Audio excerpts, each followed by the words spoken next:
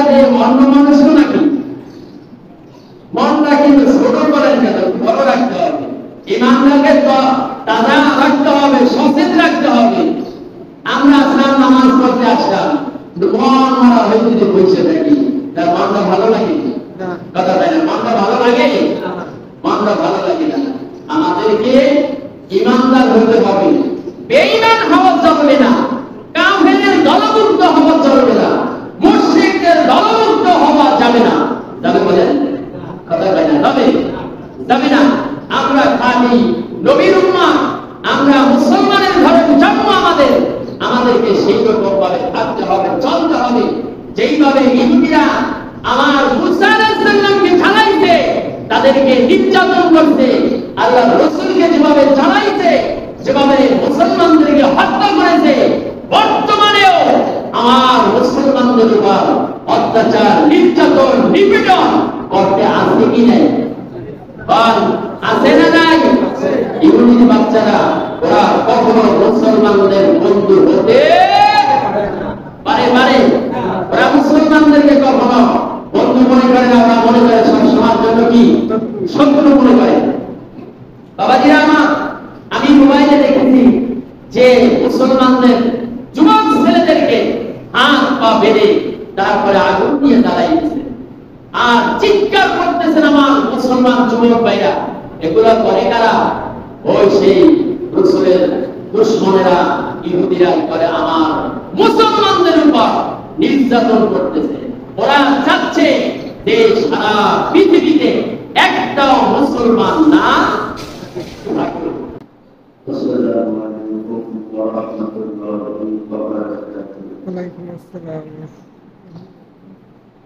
نحمده ونصلي على رسوله الكريم. أما بعد، أعوذ بالله من الشيطان الرجيم.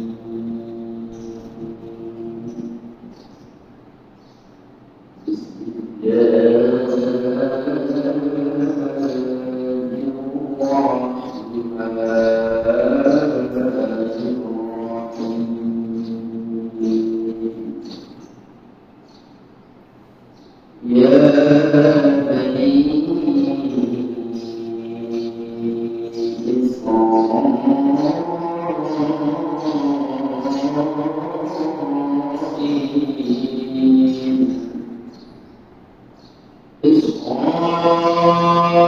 إسرائيل اذكروا نعمتي التي أنعمت عليكم وأني فضلتكم على العالمين.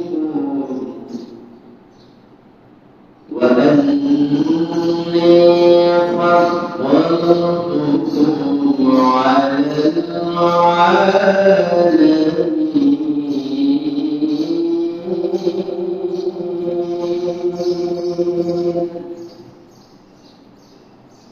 لا تجزي نفس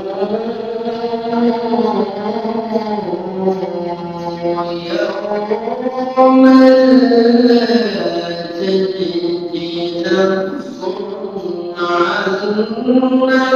نفس شيئا ولا يقبل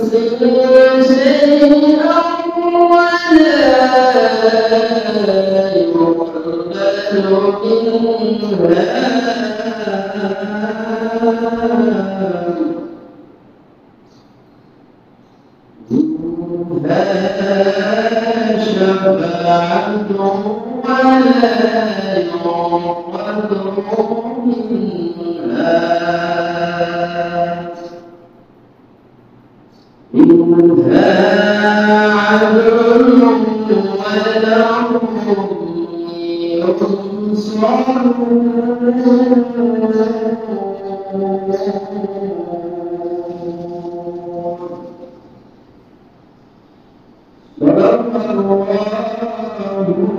هم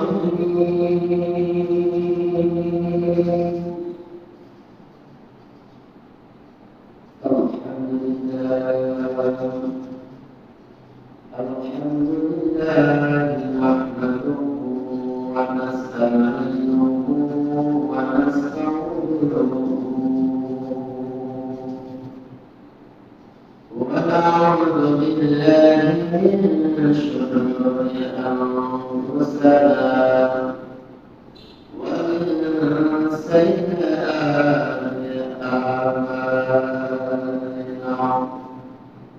من يهد الله فلا مضل له ومن يضلل فلا هادي له ونشهد أن لا إله إلا الله وحده لا شريك له ونشهد أن لا إله إلا الله وحده لا شريك له ونشهد أن سيدنا وسندنا ومولانا محمدا أرسله بالحق بشيرا ونذيرا وداعيا إلى الله بإذنه وسراجا منيرا وقال الله تعالى في شان حبيبه مغفرا وآمرا إن الله وملائكته يصلون على النبي يا أيها الذين آمنوا صلوا عليه وسلموا تسليما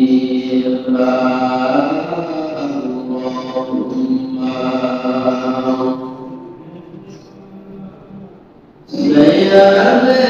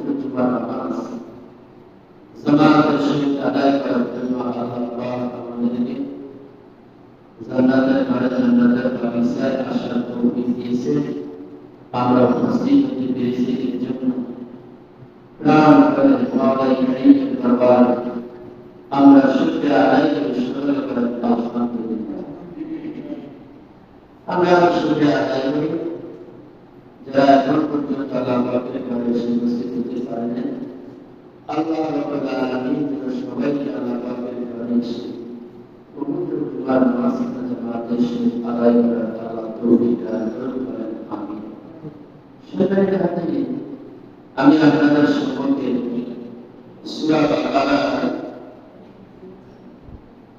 47 এবং 48 নম্বর আয়াত আমি তেলাওয়াত করেছি। এই আয়াতে আলোচ্য বিষয় হল ফেরাউনের কবর থেকে বনি ইসরায়েলকে মুক্তির দ্বারের বর্ণনা। এই সম্পর্কে আমি সংক্ষিপ্তভাবে দু একটি কথা বলার ইচ্ছা রাখি। আমার তৌফিকে ইল্লা বিল্লাহ। প্রিয় হাজিরিন, এই সূরাটি আয়াত 47 নম্বর আয়াতের অর্থ বলেছে, ইয়া বনি ইসরাঈল আযকুরু নি'মাতি আল্লাতী আন'আমতু আলাইকুম ওয়া আন্নী ফাদ্দালতুকুম আলাল আলামিন। বলছে, হে বনি ইসরাঈল, তোমরা স্মরণ করো, হে বনি ইসরাঈল, তোমরা স্মরণ করো আমার ওই নিয়ামত যা আমি তোমাদেরকে পুরস্কার রূপে দিয়েছি। আমি তোমাদেরকে পুরস্কার দিয়েছি, আর এটা স্মরণ করো আমি তোমাদেরকে শ্রেষ্ঠত্ব দিয়েছি সমগ্র বিশ্বের উপর। ইসরায়েলের সারা বিশ্ববাসীদের উপর শ্রেষ্ঠত্ব দান করেছেন বনি ইসরায়েলের। আর এই বনি ইসরায়েলকে আল্লাহ পাক বলেছেন, হে বনি ইসরায়েল সম্প্রদায়ের লোকেরা, তোমরা আমাকে ভয় করো, ভয় করার মতো ভয় করো, এবং আর তোমরা আমাকে স্মরণ করো, আর ওই নিয়ামত সম্পর্কে তোমরা স্মরণ রাখো যা আমি তোমাদেরকে পুরস্কার হিসাবে দিয়েছি। আর যেদিন তোমাদেরকে আমি শ্রেষ্ঠত্ব দান করেছি সমগ্র বিশ্ববাসীর উপর।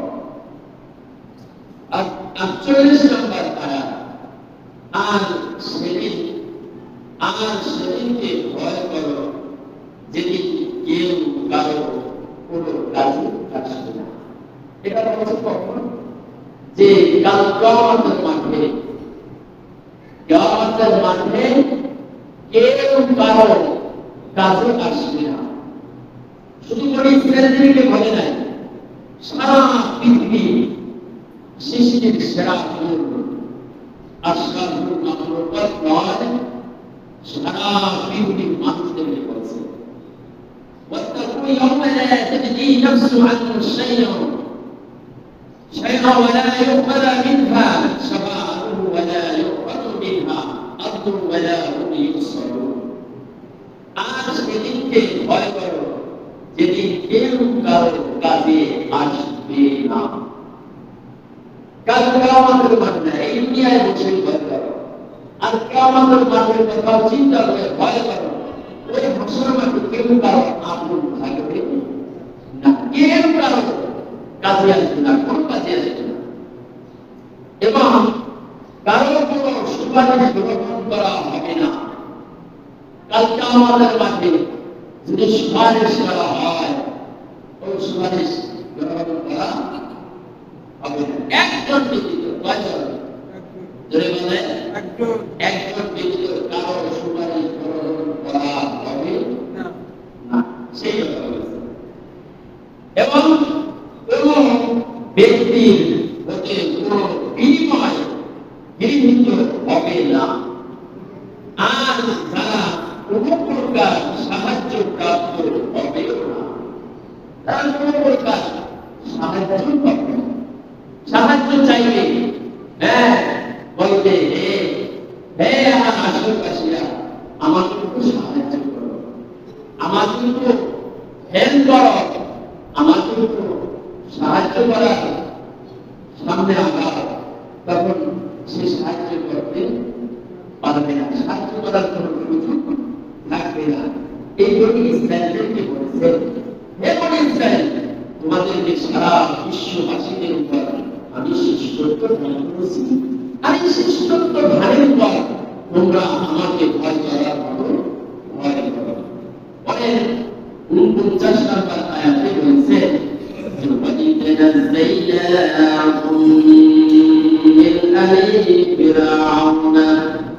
يسومونهم سوء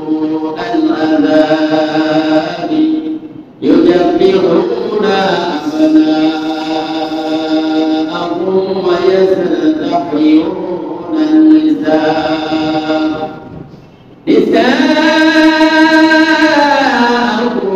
وفي ذلكم بلاء من ربكم عظيم আল্লাহ আমি তোমাদেরকে মুক্তি দিলাম ফেরাউন সম্প্রদায়ের হাত থেকে। ফেরাউন কিন্তু মুসা আলাইহিস সালামের বহুত চালাইছে মুসা আলাইহিস সালামের ফেরাউন বহুত চালাইছে। আর আল্লাহ পাক বলেছেন যারা সারা বিশ্বের মুসলমানদেরকে জালাজালি করে, হ্যাঁ, তারা কিন্তু ওই ফেরাউন বলেন অনুসারী। এর জন্য আল্লাহ বলেছেন যে যখন আমি তোমাদেরকে মুক্তি দিলাম ফেরাউন সম্প্রদায়ের হাত থেকে, ফেরাউনের হাত থেকে তোমাদেরকে আমি মুক্তি দিলাম, হ্যাঁ, তোমাদেরকে মর্মান্তিক যন্ত্রণা দেওয়ার, মানুষকে তথা হত্যা করা থেকে তোমাদেরকে আমি হেফাজত করলাম।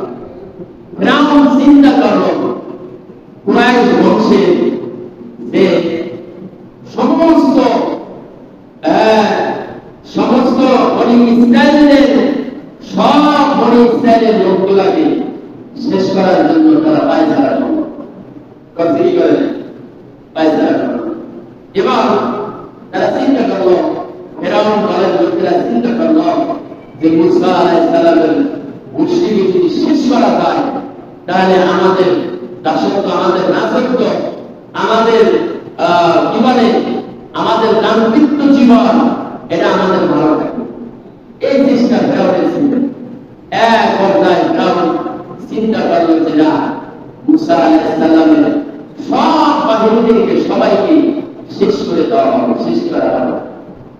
মুসা আলাইহিস সালামের কাছে খবর দেয়, মুসা, ফেরাউন কিন্তু তোমাদের উপর আক্রমণ করার জন্য, তোমাকে ধ্বংস করার জন্য, শেষ করার জন্য তারা ফেরাউনের দলেরা কিন্তু তৈরি হচ্ছে। তোমরা প্রস্তুতি নাও, প্রস্তুতি গ্রহণ করো। এবং ওই তাদেরকে বলছে তোমাদেরকে হত্যা করা থেকে বাঁচার জন্য আমি তোমাদেরকে সঠিক রাস্তা দেখিয়ে দেব আর সঠিক পথ তোমাদেরকে দিয়ে দেব। এর জন্য ওই সময়ের সেই সন্তান সন্ততি হয় তাদেরকে হত্যা করা হতো, তাদেরকে জীবিত কবর দেওয়া হতো। এই সন্তান সন্ততি জীবিত রাখতে পারতো না। এবং তোমাদের মেয়ে সন্তান হলে এতে তোমরা পক্ষ হতে এক মহাপরীক্ষা ছিল।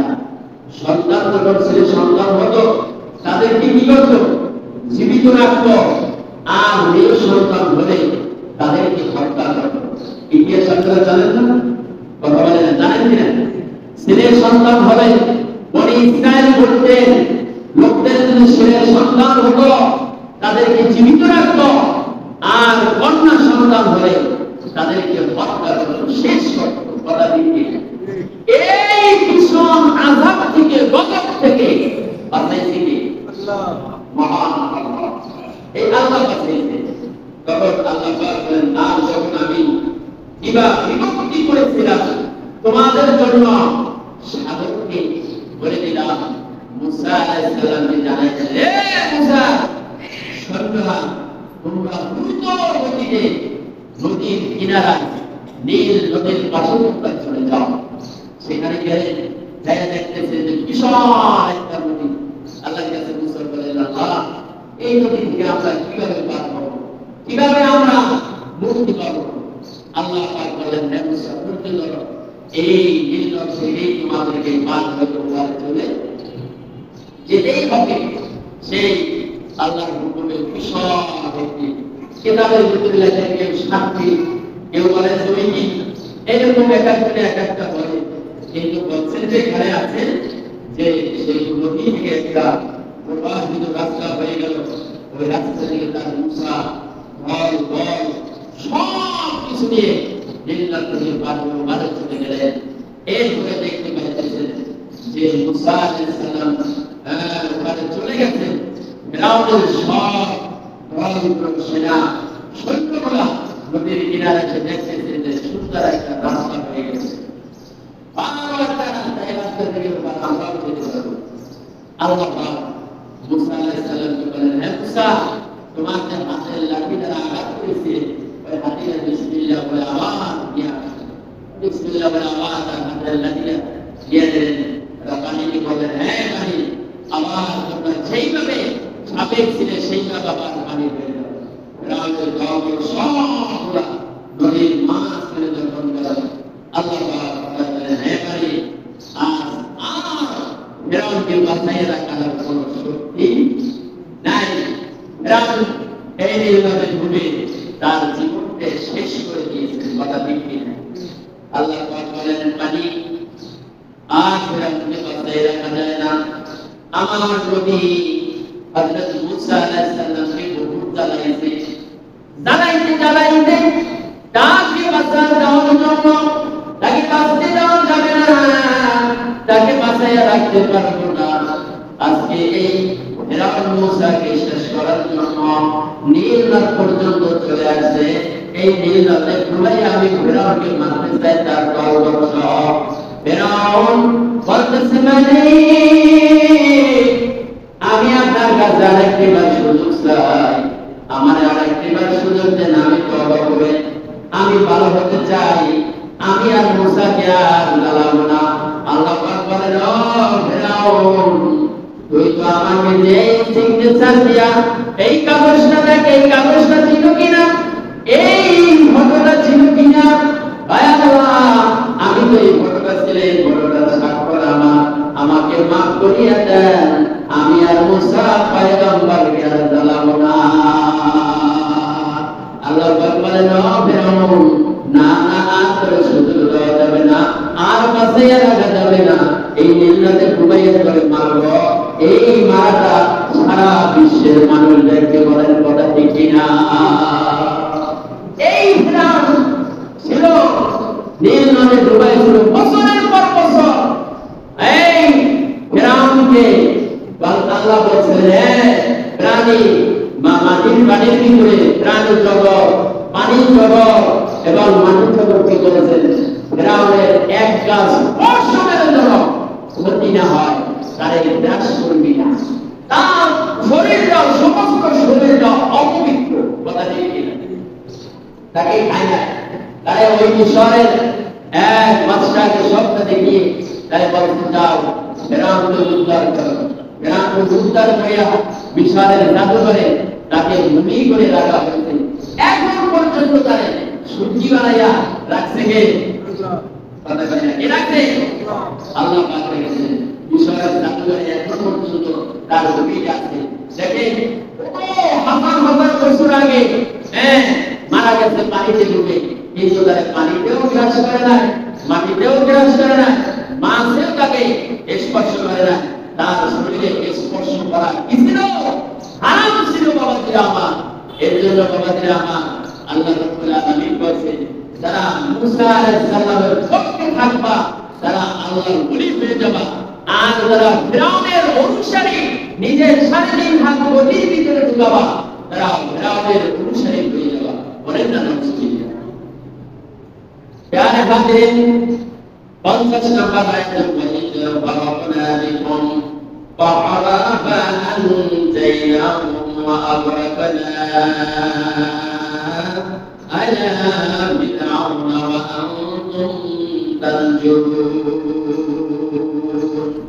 আর যখন আমি বিভক্ত করেছি তোমাদের জন্য সাগরকে, অন্তর তোমাদেরকে উদ্ধার করলাম আর ডুবিয়ে মারলাম, ফিরআউন দলের সমস্ত লোকদেরকে তোমরা তা উদ্ধার করেছিলে। ফিরআউনের দলকে আমি নদীতে ডুবিয়ে মারিছিলাম, তোমরা তোমরা একেবারে সরাসরি একেবারে প্রত্যক্ষ তোমরা দেখেছো, কিন্তু তোমরা বনী ইসরায়েলের দলের লোকেরা তোমরা আল্লাহকে ভয় করার মতো ভয় করো। ইসরায়েলদেরকে বলেছে আল্লাহকে ভয় করার মতো ভয় করো। তাদের কি ভুল ছিল কি ছিল না বলেন? তাদেরও ভুল ছিল। এর জন্য আল্লাহ পাক বলেছেন তোমরা সঠিক রাস্তায় চলে আসো, সঠিক পথে আসো, সঠিক রাস্তাকে তোমরা ভুলে যেও না, সঠিক রাস্তাকে তোমরা শক্ত করে দাও। এরপরে আল্লাহ পাক 1 নম্বর আয়াতে আল্লাহ পাক বলেন 51 নম্বর আয়াত ওয়া'আদনা মুসা 40 লাইলাতুন সুম্মা তাখাযতুম ইজলা মিন বাদি ওয়া আনতুম যালিমুন। আর যখন আমি ওয়াদা করেছিলাম মুসার সাথে, আর যখন আমি ওয়াদা করেছিলাম মুসার সাথে 40 রাত্রি অন্তর তোমরা তা পক্ষান্তরে এরপরে বৎসকে উপাসন গ্রহণ করেছিলে, আর তোমরা ছিলে সীমা লঙ্ঘনকারী। তারা ছিল সীমা লঙ্ঘনকারী, সীমা অধীন মানে সীমা লঙ্ঘন হয়ে গেছে, সীমার বাইরে চলে গেছে। এর জন্য আল্লাহ পাক বলেন তোমরা ছিলে সীমা লঙ্ঘনকারী, সীমা অতিক্রম করে ফেলেছো। এর জন্য আল্লাহ পাক বলেন বান্দা, বনি ইসরাইল ঘরের লোকেরা, তোমরা তোমাদেরকে আমি বাঁচাইলাম, ফিরআউনের কবল থেকে তোমাদেরকে আমি বাঁচাইলাম, তোমাদেরকে হত্যা থেকে তোমাদেরকে আমি বাঁচাইলাম, তোমাদেরকে মেয়ে কন্যা সন্তান ধরে সেই কন্যা সন্তানকে জীবিত কবর দেওয়া থেকে, হত্যা করা থেকে আমি তোমাদেরকে বাঁচাইলাম, এই অভিশাপ থেকে, গজব থেকে তোমাদেরকে আমি বাঁচাইলাম। তোমরা আমাকে ভয় করার মতো ভয় করো। তাদেরকে বলছেন আমরা খাঁটি মুসলমানের জন্য, কিন্তু আমাদের আল্লাহ পাকের ভয় মোটেই বলতে নাই। আসলে আল্লাহ পাকের যদি আমাদের ভয় থাকতো, তাহলে আমরা সঠিক পথে, সঠিক রাস্তায়, আমাদেরকে সঠিক দিক নির্দেশনা আমরা মেনে চলতাম, কিন্তু আমরা সেটা মেনে চলি না। আল্লাহ পাক বলেন, আর যখন আমি উদাহরণ করলাম মুসা আলাইহিস সালামের কিতাব এবং মীমাংসার বস্তু, হযরত মুসা আলাইহিস সালামের কিতাব আমি মীমাংসা করার জন্য আমি তোমাদেরকে বস্তু করলাম যাতে তোমরা সঠিক পথে চলে আসবে। তখন এই মুসা আলাইহিস সালামকে আমি তোমাদেরকে পাঠাইছিলাম, তার কিতাব পাঠাইছিলাম, এই পড়ে পড়ে তোমরা সঠিক পথ, সঠিক রাস্তায় তোমরা চলবে। আর এই সঠিক রাস্তা থেকে তখন তোমরা সঠিক রাস্তায় আসতে পারবে না। আল্লাহ পাক বলেন তখনই আমি তোমাদের উপর গজব এবং লানত আমার তোমার উপর প্রতিকূল হয়ে যাবে। ভাই, আমরা এই বনি ইসরাইলের মতো আমরা আল্লাহ পাকের গজব থেকে আমরা কি বাঁচতে চাই না? চাই না? যদি বলে চাই কি চাই না? চাই। যদি যেতেই হয় তাহলে আমাদের সঠিক পথে, সঠিক রাস্তায় আমাদের চলতে হবে। কি হবে না বলেন? সঠিক পথে, সঠিক রাস্তায় আমাদের চলতে হবে। ইয়ার হাজির, হযরতে ঈসা আলাইহিস সালামের কাছে এক ইহুদি আসে। ইহুদি এসে বলে, আমি আপনার সঙ্গে সাথী হতে চাই, সফর সঙ্গী হতে চাই, আমাকে কি আপনার সফর সঙ্গী করা যাবে? হযরতে ঈসা আলাইহিস সালাম সে বলছেন আচ্ছা ঠিক আছে, তোমাকে আমার সফর সঙ্গী করা যাবে, চলো। হযরত ঈসা আলাইহিস সালামের সাথে রওনা হতে অনেক দূর চলে গেলেন। আর হযরত ঈসা আলাইহিস সালামের তার ঘরের ভিতরে 3টা রুটি রইলেন। কয়টা ভাই? যদি সবাই বলেন 3টা রুটি রইলেন। এই রুটি লইয়া রওনা হওয়ার পরে কিছু দূর যাওয়ার পরে শরীর ক্লান্তি হলেন, সেখানে বসলেন, বসে তুললে এই 3টা রুটি যারা 2টা রুটি পান করলেন, খাইলেন, ক্ষুধার নিবারণ করলেন। খাওয়ার পরে ইহুদি বলে তুমি এখানে বসো, আমি একটু আসতেছি। হযরত ঈসা আলাইহিস সালাম ওই ইহুদিকে ওখানে রেখে চলে গেলেন। চলে যাওয়ার পরে ইহুদি মনে মনে ভাবল, নবী কোথায় গেল? ঘরের ভিতরে তাকে দেখা যায় না। হঠাৎ আবার ওই ইহুদির কাছে এসে বলল কি তুমি চলো আমরা এখন রওনা হব। হযরত ঈসা আলাইহিস সালাম বললেন, জিজ্ঞাসা করলেন ইহুদির কাছে, ইহুদি আমি যে একটা রুটি রেখে গেলাম এই রুটিটা কোথায়? ইহুদি বলল আমি জানি না, বলতে পারি না। সত্য কথা বলছে না মিথ্যা কথা বলছে? জোরে বলেন। মিথ্যা কথা বলছে। তার কাছে রুটিটা ছিল, রুটিটা হয়ে গেছে, সে বলে আমি জানি না, বলতে পারি না। হযরত ঈসা আলাইহিস সালাম বলেন তাহলে আমরা চলো আমরা রওনা হই। কিছু দূর গেলেন, যাওয়ার পরে দেখতে পাইলেন একটা নদী। ওই নদীর কিনারায় চলে গেলেন। নদীর কিনারায় গিয়ে হযরত ঈসা আলাইহিস সালাম ওই ইহুদির হাত ধরলেন।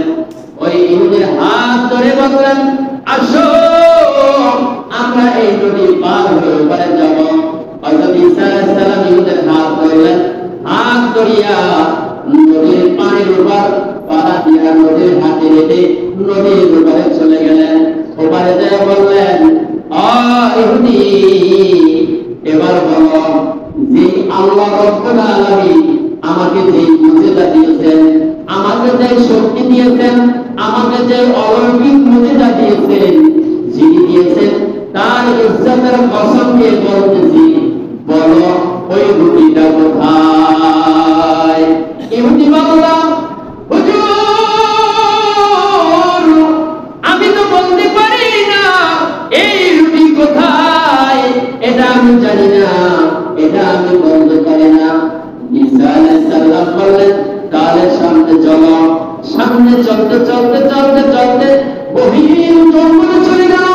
যায়া দেখতে পাইল তিনটা হরিণ এখানে বসা, মাথার ধরে তিনটা হরিণ বাঁধা। ওর থেকে একটা হরিণকে, ছোট হরিণকে বলল, এ হরিণা দিকে আসো। ঈসা আলাইহিস সালামের কাছে আসলেন। হরিণটা জবাই করলেন। জবাই করার পরে ওই হরিণের বাচ্চাটা বুড়া হয়ে গেলেন। আর তারা পান করলেন তৃপ্তি সহকারে। ওই হরিণের গোশত পান করলেন। পান করার পরে বললেন, ও ইহুদি তুমি কি গোশতগুলো শরীর মতন খাইছো কি খাও না? কয় হুজুর আমি তৃপ্তি সহকারে হরিণের মাংস খেলাম। কয় খাইছো যখন, তখন তুমি বলো তোমার কাছে আমি বলতে চাই, যেই আল্লাহ পাক আমাকে যে মুজিজা দিয়েছেন, যেই আল্লাহ পাক আমাকে যে শক্তিটা দিয়েছেন, যেই আল্লাহ রাব্বুল আলামিন আমাকে যে মুজিজা দিয়েছেন, ওই তিনি দিয়েছেন, ওই তার মালিকের কসম দিয়ে বলতেছি, বলো রুটিটা কোথায়? ইহুদি বলল, আমি রুটি কোথায়? আওয়াজ আসতে হইল, জোরে গান। কি বলছে? আপনারা যে অন্য মানুষ নাকি? মনটা কিন্তু ছোট করেন কেন, বড় রাখতে হবে। ইমানটাকে তো তাজা রাখতে হবে, সচেতন রাখতে হবে। আমরা আসলাম নামাজ পড়তে আসলাম, মন মারা হয়ে যদি বসে থাকি, তার মনটা ভালো লাগে? কথা তাই না? মনটা ভালো লাগে? মনটা ভালো লাগে না। আমাদেরকে ইমানদার হতে হবে, বেঈমান হওয়া চলবে না, কাফেরের দলমুক্ত হওয়া চলবে না, মুশরিকদের দলমুক্ত হওয়া যাবে না। যাবে বলেন? কথা তাই না? যাবে না। আমরা খালি নবীর উম্মাহ, আমরা মুসলমানের ঘরে জন্ম, আমাদেরকে সেই রকম ভাবে থাকতে হবে, চলতে হবে, যেইভাবে ইহুদিরা আমার মুসা আলাইহিস সালামকে জ্বালাইছে, তাদেরকে নির্যাতন করতে, আল্লাহ রাসূলকে যেভাবে জ্বালাইছে, যেভাবে মুসলমানদেরকে হত্যা করেছে, বর্তমানেও আমার মুসলমানদের উপর অত্যাচার, নির্যাতন, নিপীড়ন করতে আসে কি নাই? আছে না নাই? ইহুদির বাচ্চারা ওরা কখনো মুসলমানদের বন্ধু হতে পারে? ওরা মুসলমানদেরকে কখনো বন্ধু মনে করে না, ওরা মনে করে সবসময়ের জন্য কি শত্রু মনে করে। বাবাজিরা আমার, আমি মোবাইলে দেখেছি যে মুসলমানদের যুবক ছেলেদেরকে হাত পা বেঁধে তারপরে আগুন দিয়ে জ্বালাইছে আর চিৎকার করতেছেন আমার মুসলমান যুবক ভাইরা। এগুলো করে কারা? ওই সেই রাসূলের দুশমনেরা, ইহুদিরা করে আমার মুসলমানদের উপর নির্যাতন করতেছে। ওরা চাচ্ছে যে সারা পৃথিবীতে একটাও মুসলমান না থাকুক, এটা ওরা চাচ্ছে। গায়ে হাজির হযরত ঈসা আলাইহিস সালাম বললেন, এ যুবক, বল রুটিটা কোথায়? ইহুদি বলল, হুজুর আমি জানি না, আমি জানি না। এরপরে বলল, তাহলে সামনে চলো, সামনে চলো।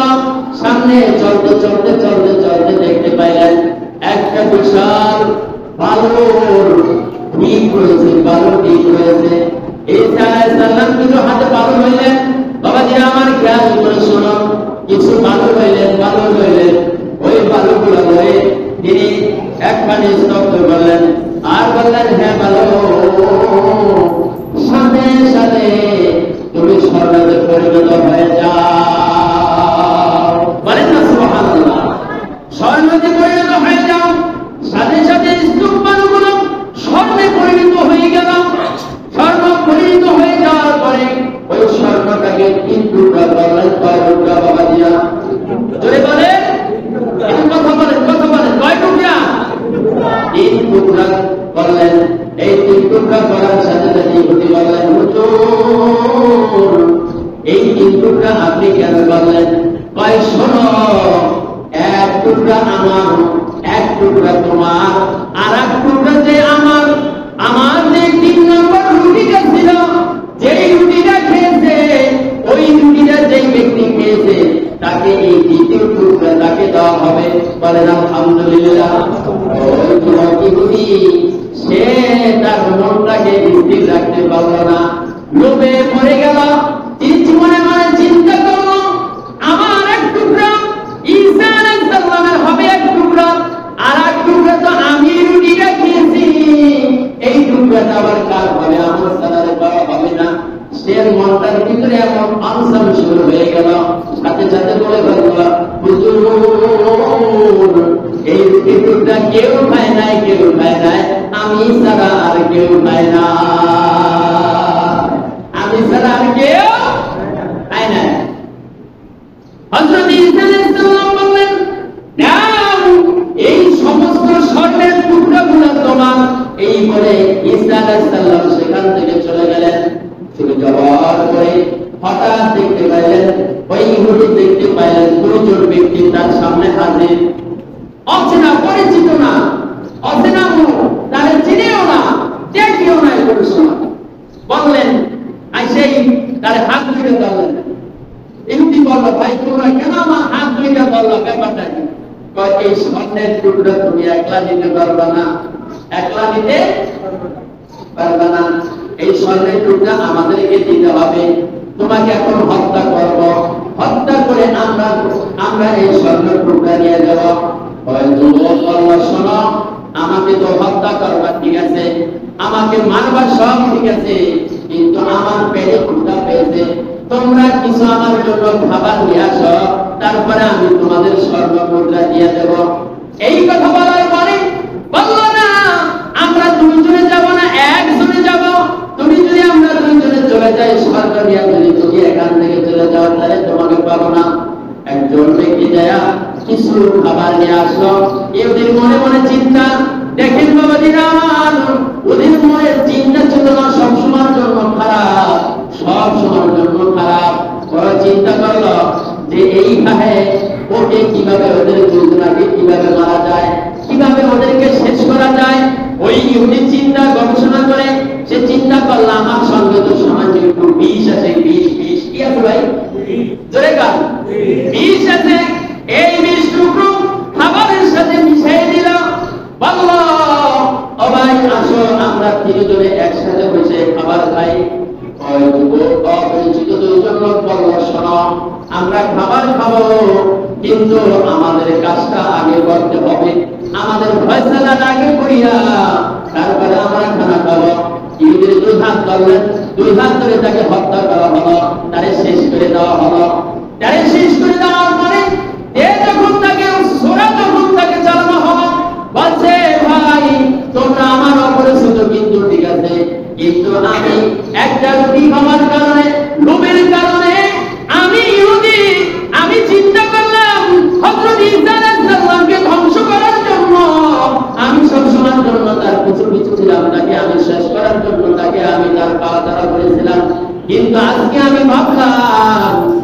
আল্লাহ পাকের খাস বলিদেরকে, আল্লাহ পাকের খাস বান্দাদেরকে কখনো পৃথিবীর মানুষ তো দূরের কথা, সারা বিশ্বের মানুষ কখনো তাকে ধ্বংস করতে পারে না, কখনো তাকে শেষ করতে পারে না। আল্লাহ পাক যতক্ষণ পর্যন্ত শেষ না করে পৃথিবীর মানুষ কেউ তাকে শেষ করতে পারে না। বলেন সুবহানাল্লাহ। কিন্তু এটাই প্রমাণ, আজকে আমি সেই লোকের কারণে ঈসা আলাইহিস সালামকে শেষ করতে চেয়েছিলাম, কিন্তু আমি নিজেই শেষ হয়ে গেলাম, আমি নিজেই হত্যা হয়ে গেলাম। দাও দাও আমাকে আর বাঁচাই রাখো না, আমাকে সারাতারি আমাকে ছুরি চালাই দাও। বলার সাথে সাথে হযরত ঈসা আলাইহিস সালামের কথা বললাম, ওই ইহুদিকে সাথে যদি ছুরি মেরে দিল, সে ধ্বংস হয়ে গেল, শেষ হয়ে গেল। তারে মেরে ওই দুইজন অপরিচিত দুই ব্যক্তি বললেন, তারে তো মারলাম, ইহুদিকে মারলাম, স্বর্ণের টুকরা আমরা দুজনেই পাবো, দুজনেই পাবো। আর কে পাবে? চলো এইবার আমরা খানা তো আমরা খেয়ে নেই, খেয়ে দিয়ে আমরা দুজনে স্বর্ণ নিয়ে বাড়িতে চলে যাব।